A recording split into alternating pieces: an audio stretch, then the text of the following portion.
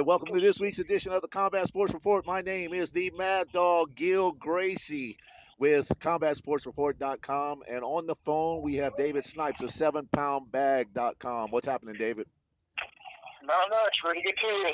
All right, brother. Well, listen, if you guys don't know about us, we try to give you the week that was, the week that is, and the week that will be in combat sports reporting. We're building a network of combat sports professionals, and we would like to have you involved. So if you'd like to be involved, visit www.combatsportsreport.com. All right, David. So what's happening with the week that was in MMA? What went on this past week, man? Oh, about the only thing that really went on was the Conor McGregor fight. I think we kind of need to go down that. Just to recap, I said it was going to be Mayweather going away by decision, and you said Mayweather would knock him out in the seventh. So we were both off by, what, 2 rounds each? Yeah, about 2 rounds each. I guess we can live with that. Yeah, I can live with it, especially since I predicted exactly what would happen, except for the ending. I didn't think it would be the round that it was, but I knew he would walk him down. I knew that McGregor would fade out. He just doesn't have that conditioning. Boxing conditioning is much different. Um, and Mayweather did what he wanted, and McGregor did exactly what Mayweather wanted him to do. So he had early success in the first 3 rounds only because Mayweather threw 12 total punches. Mayweather knew exactly what he was. It was a masterful uh, performance, masterful artwork, and I, it was the perfect setup. It was ridiculous how he set him up. Oh, yeah. Well, I'll tell you, and if you'll forgive me, I want to go on a little bit of a rant here because I get a lot of arguments on people online talking about how the stoppage was early. And with people that just don't follow boxing or haven't followed boxing very long, just to understand, that was a normal stoppage in boxing. If you watch a lot of like Muhammad Ali fights, for example, whenever part of the reason why he fought 4 or 5 times a year is because whenever he get control and he'd wear somebody down, the ref would stop it in.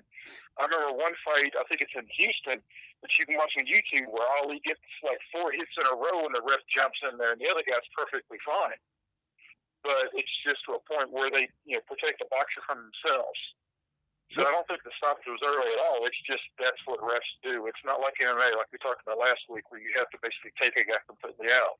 In Well, boxing, the ref's going to jump in if there's overwhelming control, and that's what it was. well, and in many cases though, I'll have to give the reverse argument because I'll look at boxing where they let a guy get up twice in the first, twice in the sixth, twice in the 10th, and once in the 11th. He got off up the ground from knockout blows 6 times and then let the fight continue. I don't think the fight was stoppage was early, but I think boxing has a reputation of letting fights go on too long. Where MMA, a guy free falls to the ground, free falls, just one clip, boom, he free falls, they stop it. And that's why, in my opinion, MMA is a much safer sport. Now, it looks brutal to the outside forces, but when you look at boxing and you're getting hit in the head, and I'll tell everybody this repeatedly, in an MMA match with 4 ounce gloves, by the time you're done wrapping the gloves, you got about 8 ounces on your hand. In boxing, in boxing, 8 to 10 ounce gloves. By the time you're done, you have 1 pound on your hand.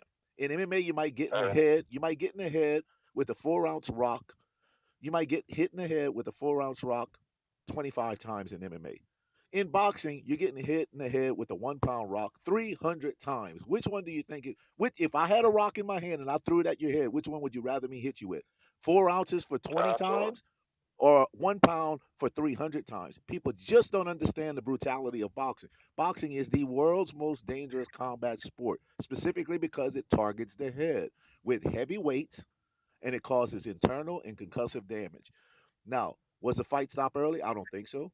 I thought it was stopped properly because he was getting ragdolled all around the ring. And guys in MMA who want to go out on their shield or war all the time just don't understand the safety aspect of it. The stoppage was there for the last 3 rounds before the end. He was getting thoroughly dominated. He was the bigger guy, the stronger guy. He was getting walked down by a midget. Floyd Mayweather is a midget.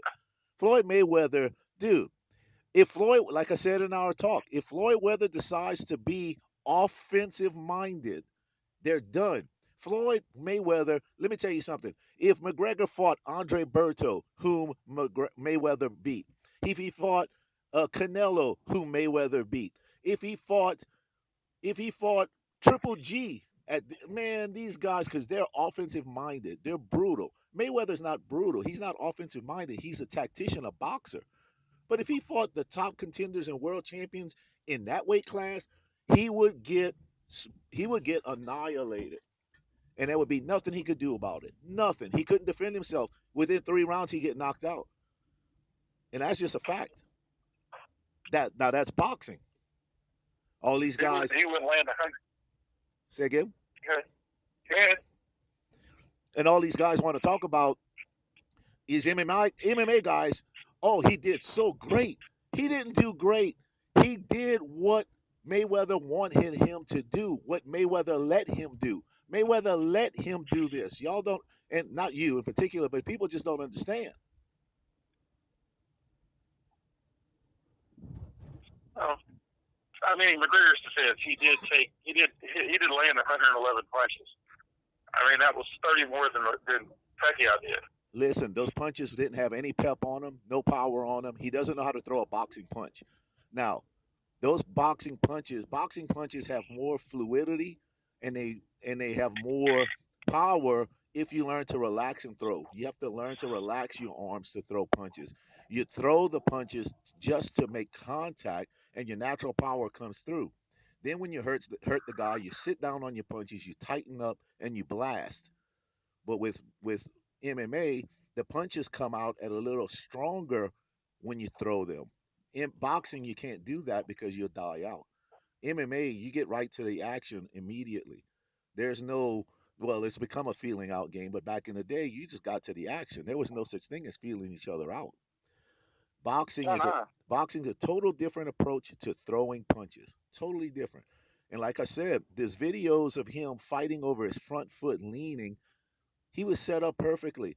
By the fifth, sixth, seventh round, it was on, and you could see what was happening. It was just it was. I thought it was a masterful plan. I could not believe. Now I had fits the first 3 rounds watching it live. I mean seriously, But you did.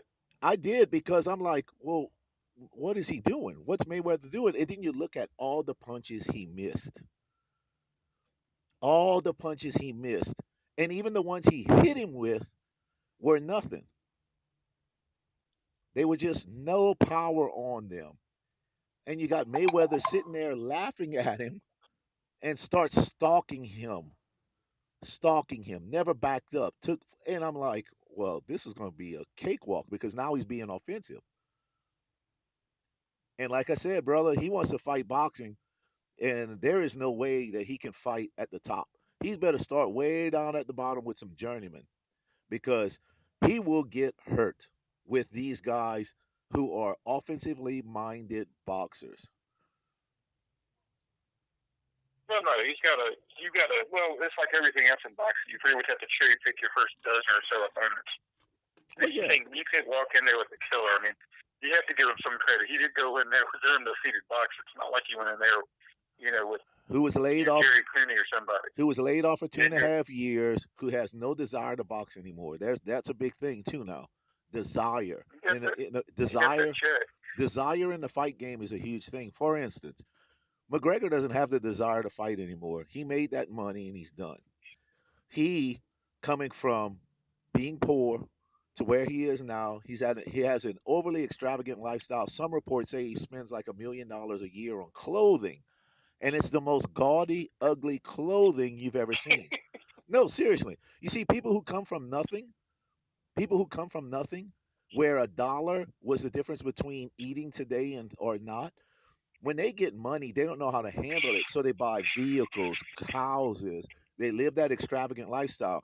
So if you're spending $1 million a year on just freaking clothing, what are you spending money on? Because that $30 million, possibly 60 to 70 million when it's all said and done, that has a lifespan on it. He's a young man living in Las Vegas. He has a girlfriend, but it doesn't stop him from partying. No.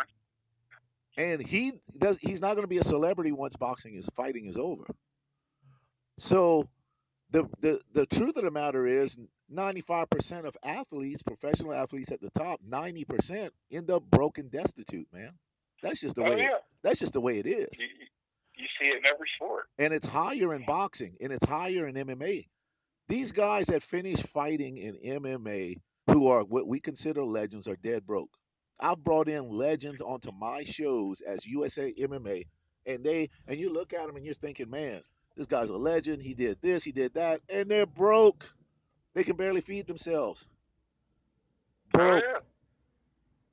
And this is another case where this guy is a meteoric superstar who could do a lot of good and set himself up for a lifetime, but will be broke. I know. I hate to say it, but I completely agree. Yeah, I mean, The it's only just thing that might actually, the only thing that might actually save him is Dana does kind of try to take care of some people like that. You know, like Chuck and Matt, things like that.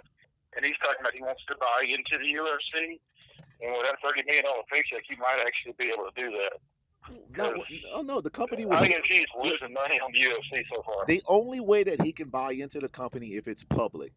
Let's think about this for a second. Let's think about this for 1 second. He made $30 million. That's not even 10% of the value of the UFC. The UFC was sold for $4 billion. Oh yeah. So 30 million now after taxes. Let's say you get 60%, you get to keep. All right. So they take 30%. Let's say 30% of your money, 12 million. You got 18 left. How long you think it's gonna be before he's broke again? No, it won't be long. That's for sure. Because at But that since we point, did talk about, huh? but since we did bring up money, let's look at this real quick. The official attendance was 14,623, and T-Mobile could seat 20,500. So it wasn't even close to being a sellout. You had some sections in the upper bowl that were just completely empty. What do you think about that? Well, I think it's because the exaggerated ticket prices. I went online and looked at them, and some guys were reselling cage side or not cage side, ringside seats for $80,000, reselling them. Now, the cheapest seat in the arena was $500.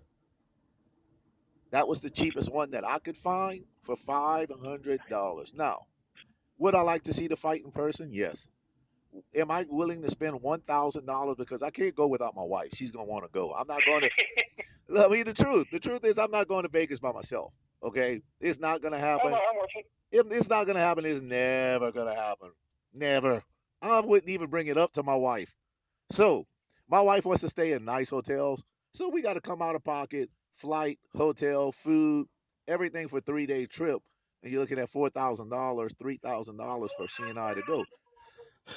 We make good money, but I don't like. I'm not wasting $3,000 on a trip to Vegas to watch a fight live when I have the best seat in the country at my house. But here's one thing about this, you know better than I do how they pay for some of these shows. So it makes you wonder how many of those 14,000 actually paid for it, how many were given tickets by the casino where they just use that as a write-off. Well, the casino Because buys them, but the casino buys them at face value. They right, because when I do casino shows, they will purchase the tickets from me to because what they're concerned about is coin in. The term is coin in. So when I put on a show at the casino, is it going to take? They have an average of non-fight nights, and they know what they make on average. So is the prospect of putting on this show going to make my coin in higher? In other words, if I make $4 million on an off night, am I going to make 20 million this night?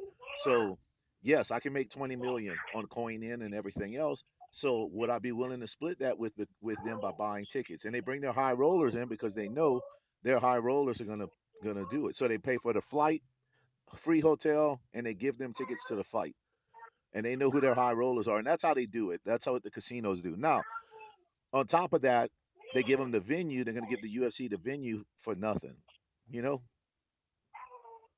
right. So the money is there. Now, sponsors come in on the biggest fight of the year and the biggest fight of the 2000s thus far, combat fight period.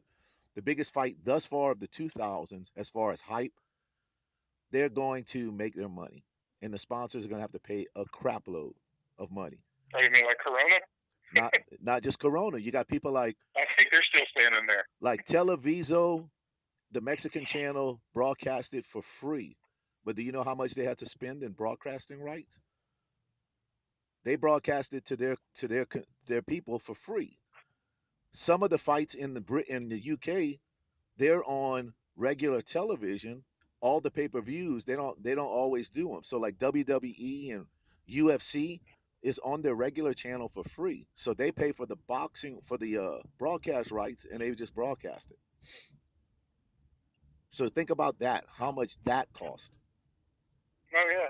Well, you had an $80 million gate, and you had 6.5 pay-per-view buys from what they're saying. Of course, that'll go down because they're going to give a lot of refunds out. So you're looking at total $145 million just off the gate in the pay-per-view buys. And you're looking at Conor getting 30 and Floyd getting 100. I mean, you got 15 million just out of Oh no, just you got after that left. oh no, David, you got more than that because you got 6.5 million buys at $100 a buy.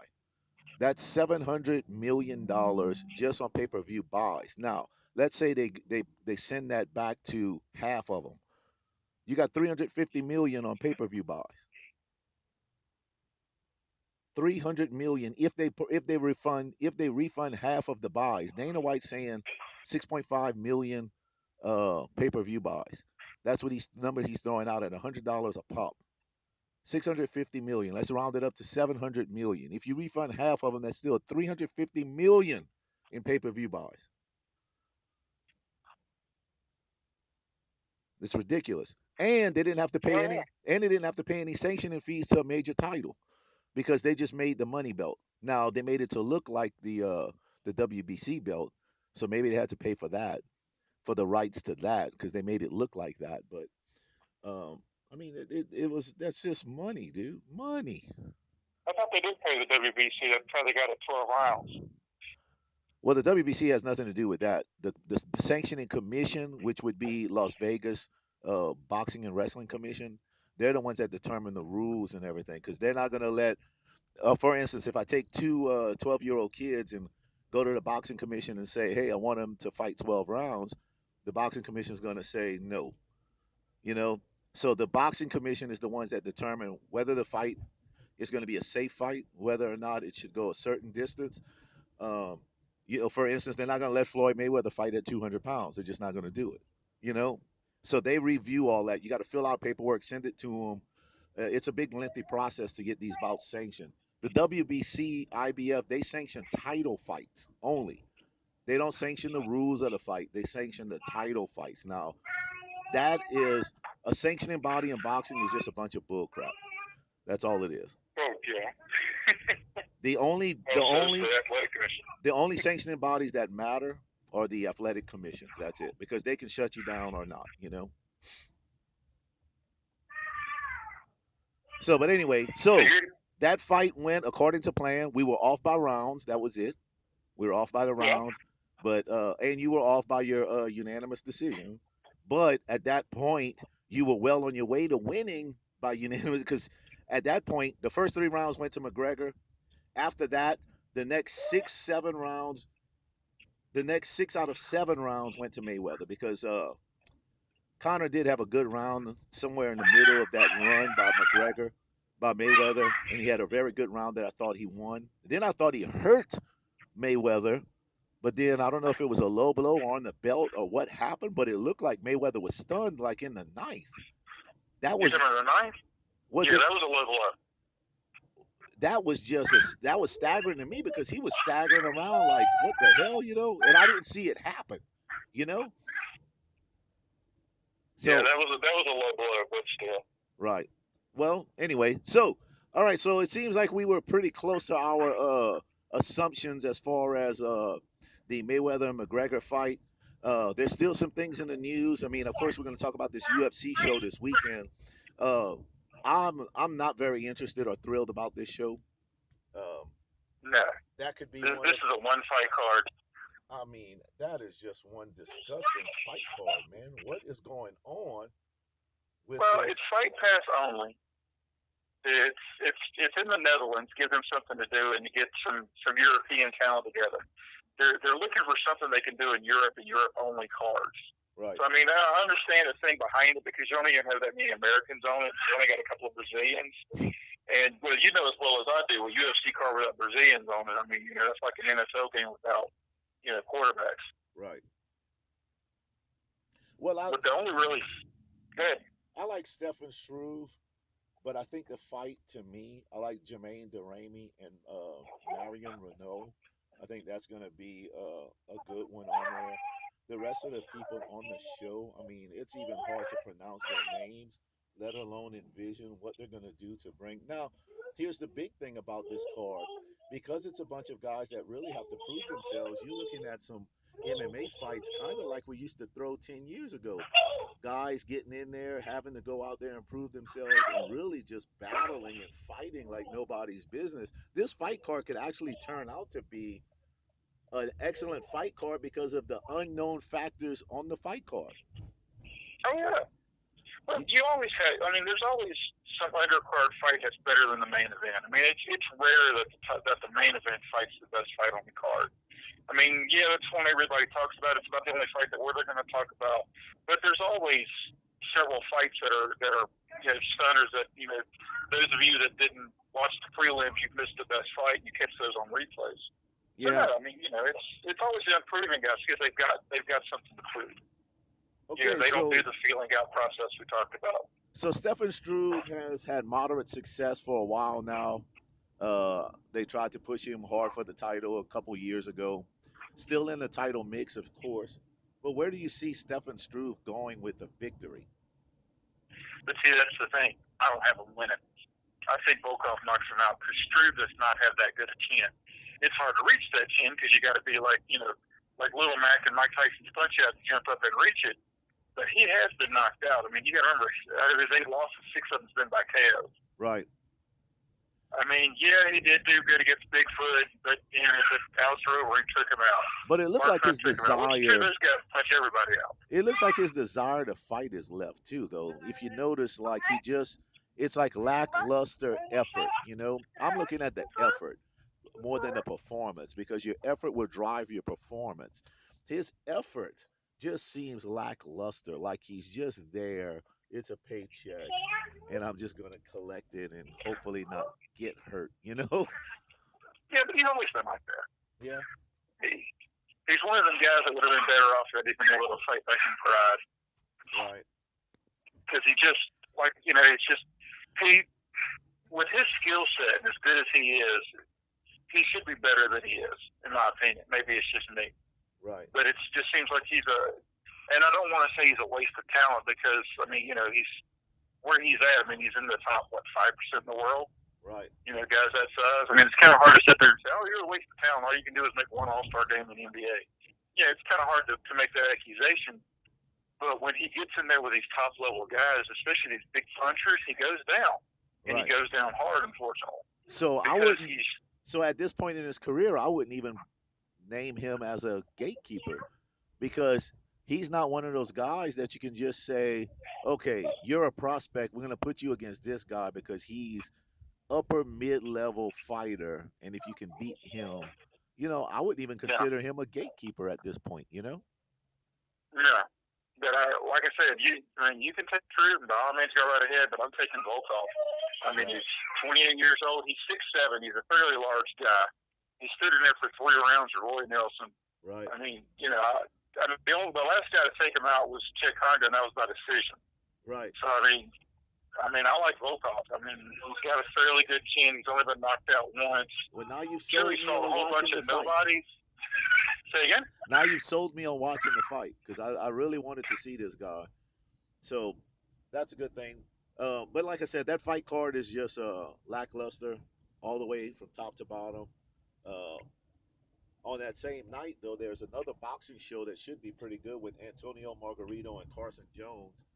That ought to be an excellent fight if Margarito, comes to fight and just doesn't sit there and get teed off on.